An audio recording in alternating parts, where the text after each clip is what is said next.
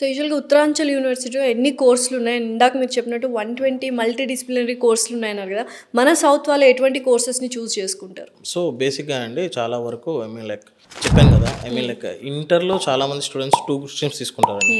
90% మీరు ఎక్కడైనా కానీ ఎంపీసీ బైపీసీ. ఎట్లా ఉంటుందంటే అంటే మనం పెరిగిన సర్కమ్స్టాన్సెస్ కానీ మనకున్న అంటే చుట్టూ ఉన్న వాళ్ళు కానీ మన ఫ్యామిలీ కానీ లైక్ ఫ్రెండ్స్ కానీ ఎట్లా ఆలోచిస్తారంటే నువ్వు ఎంపీసీ తీసుకుంటున్నావు, నువ్వు బైపీసీ తీసుకుంటున్నావు, 10th అయిపోయిందంటే ఇంకా వేరే అడగడం కూడా అడగరు.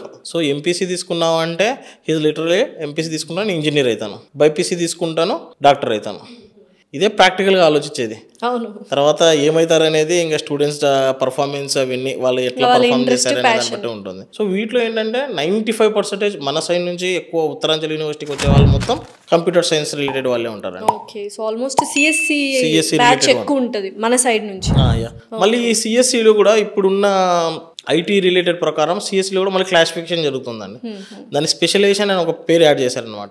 సో సిఎస్సిలోనే మళ్ళీ artificial intelligence and machine learning ఒకటి, క్లౌడ్ కంప్యూటింగ్ ఒకటి, సైబర్ సెక్యూరిటీ ఒకటి, డేటా సైన్స్ ఒకటి. సో ఇటు డిఫరెంట్ స్ట్రీమ్స్ ఉంటాయండి. స్టూడెంట్స్ ఏరియా ఆఫ్ ఇంట్రెస్ట్ బట్టి తనకి ఇష్టం వచ్చిన స్ట్రీమ్లోకి వెళ్తాడండి.